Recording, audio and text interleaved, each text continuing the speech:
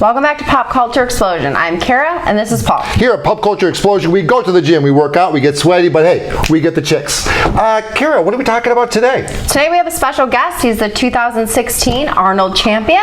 Wow. His name is Brandon Hendrickson. Holy crap, Brandon! Welcome on board. Now, Brandon, my first question is you're dating my daughter. I am. Brandon, thank you so much for joining us today. Thank you. I've known you for a couple of years. Yeah. I've watched your story from afar through Instagram, through our interaction, but really today I want to dive deeper into this. So I guess my first question is, I saw a picture of you maybe 10, 11 years ago. I'm not sure how old you were. You're athletic. You had, a little bit of a six-pack. You had some mass. A little bit. Nothing compared to today. Yeah. What got you to go one day, I don't want to look like this anymore. I want to look like something different. How'd that happen? I was actually always athletic in high school. I played football, ran track, I wrestled. Then I got to college and I just kind of let that go. I was partying a lot, but I did graduate. After college, I started working at a hospital as a hospitality manager, and I used to wear, slacks and a button up every day, and I always used to get made fun of about how skinny I was, and literally I just got tired of it, and I literally just snapped, and I started eating a lot of chicken and rice, and I started growing and found bodybuilding, and that's when I started in 2012. Okay. That's incredible. So when did you start competing then? Yeah, so I started in March 2012, and my first show was July 2012. So when did you start? How long of a time span was that? It was like 3 months. It was 3 months. Yeah. Wow. Yeah. How was the results from that? I gained like 5 to 10 pounds. So I was about 150 pounds on stage when I started. But I did get second place at my very first show, so I knew there's something I had in the sport, and obviously it took me. You're a natural. Okay. So that does bring me to a really good part. So you have a competition coming up, say, well, first of all, if you have a competition scheduled, say 6 months down the road, when, I know you're probably working out every day and you keep maintaining your diet every day, but at what point in time do you go, okay, I have to kick it up a notch, I got to prepare for, for the Arnold in 2 months? And when do you make that decision? When do you start hitting it hard? Yeah, I usually start my prep for a show. It's between 8 and 12 weeks out from the show. For the Arnold Classic, my last show, actually it was the Olympia was my last show, but for the Arnold Classic I prepared 8 weeks for that show. I still had cheat meals once a week, but my diet got really strict. Just eating a lot of chicken and rice. My carbs started to decrease the closer I got to the show, just so I can bring a more conditioned look on stage, and then increase my fats and my protein. Okay. Wow, that sounds incredibly hard. Yeah, I can't even pass up a McDonald's. So, so you talked about diet. Tell me about what your training routine is like. I don't take rest days unless I'm literally just dead. Well, when there's no rest day, there's no cheat meal, there's none of that stuff? Yeah, I have once a week cheat meals, but up until about 4 weeks out, or depending on my look. If I'm too ahead of schedule, then I'll have a cheat meal, so I'll have extra calories. If I'm behind, then I'll just cut my cheat meals all the way. And just go strictly high protein, high fats, and low carbs, just to get ready for the stage. Now, you took first place at the Arnold. Yeah. How did that feel? Oh man, it was a dream come true. I trained to win. I ate and did my cardio, focusing on that first place victory, and for it to actually happen was just a dream come true. So it was definitely a blessing. I wasn't expecting it, but I definitely trained for it. You met Arnold, right? I did meet Arnold. That was awesome. I met him backstage. He told me, he was like, "You're super shredded. You look awesome." In his accent. You're super shredded. Yeah, it was awesome. I shook his bear claw hand. Is he still a big dude? He's huge, man. He's not as big as obviously he was in the 60s and 70s. He's about 6'4", 6'5". Yeah, he's like 6'3", 6'4". Yeah. Tall guy, big hands. It was really cool just meeting him. I didn't know what to say. It was like Arnold sitting in front of me. This is my idol right here. Now, did you say, "I'll be back"? Yeah. I actually wanted him to say it for everybody on stage, but they didn't give me an opportunity to say it. Oh, man. Okay. Well, so do you have any interesting stories besides, meeting Arnold backstage? Anything of interest that happened during that event? At the Arnold? Yeah. Oh, yeah. Oh, it's a little drama. Just a little bit. No, there's drama in the bodybuilding world? Okay. You got to give us a nugget now if there was some drama. Yeah, there was a competitor that was actually from the Columbus, Ohio, which is where the Arnold Classic was held.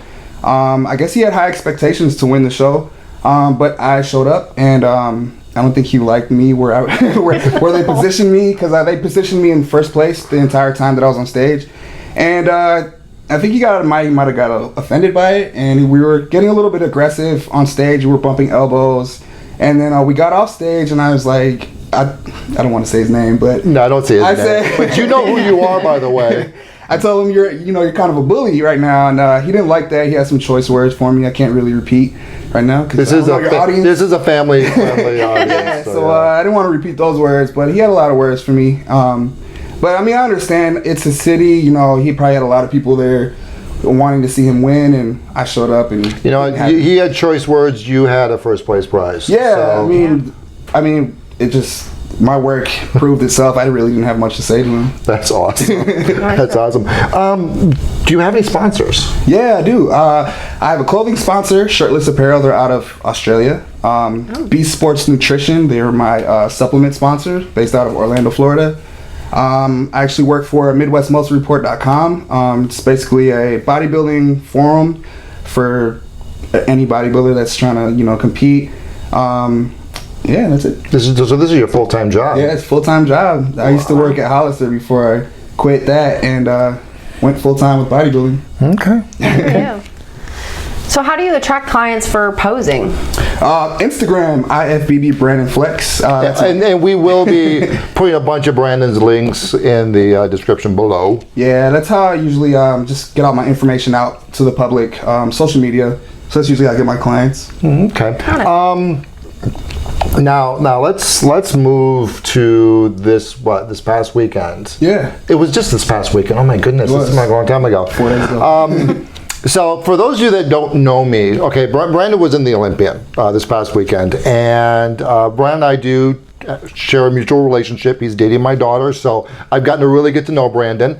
And I'm in my bedroom watching him compete. I'm literally screaming at my computer, and you're talking to a guy that doesn't follow sports at all. So that was my enjoyment of the Olympia. What was it for you? I mean, my main goal was to make the first call out. So out of 40 competitors, we all do our individual routines, and then we all stand up on stage, and we're waiting to be called out for first call outs. And usually they call about 5 or 6 guys. So I did my individual routine. We're waiting on the side of the stage, and I'm just waiting for a number to be called, which was number 21.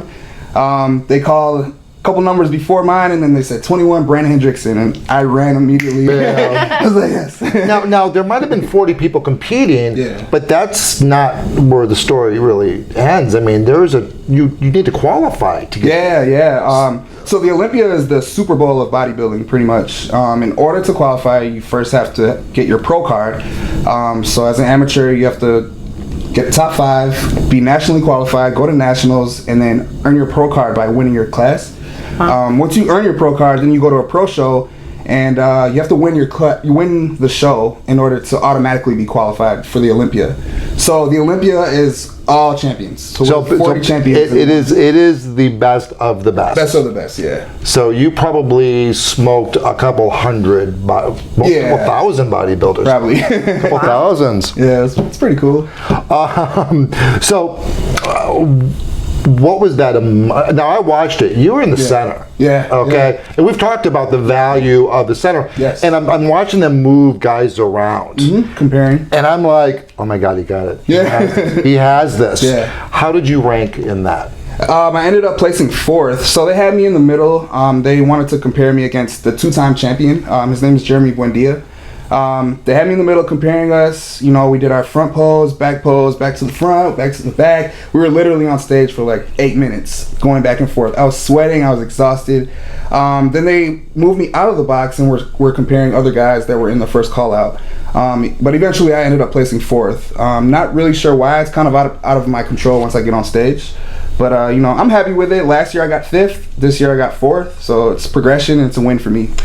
So of course I stalk Brandon on Facebook since he is dating my kid. So I see every post he does. But today I saw something extremely profound, and I really enjoyed reading this. This was really the first time that you really openly, publicly wrote something about how you place and how that made you feel. Can you elaborate on that? Yeah, so it was basically about going from the Arnold Classic into the Olympia. I'm basically the prime contender. So there's a lot of pressure on me, to win the show. Like I said, I was in the dead center spot, and they actually ended up placing me 4th. But, there's a bigger picture. To me, the message was that the judges showed me that, yes, we see you. Yes, you have the potential, but it's not your time yet. And for me, going from being the prime contender to getting 4th place, I had to accept getting that 4th place and not winning the show, just because I had to accept that it wasn't my time.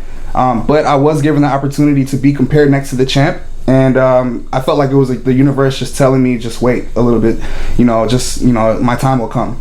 So that was kind of like what my post was about. No, that's really good. It's very refreshing. You think after, placing 4th, a lot of people would want to give up, or they would be down on themselves, and for you to have that perspective, it's incredible to just want to keep persevering. Overcoming adversity, that's all it is. Nobody wants to see you pity, sulk, nobody wants to see you sad about that. They want to see how you overcome adversity. And so, just for like upcoming competitors, even if you don't win the show, if your family's there and you're hoping to win, even if you don't win, it's just not your time yet, and that's okay. You just got to keep going, because if you quit, then you really won't have an opportunity to win.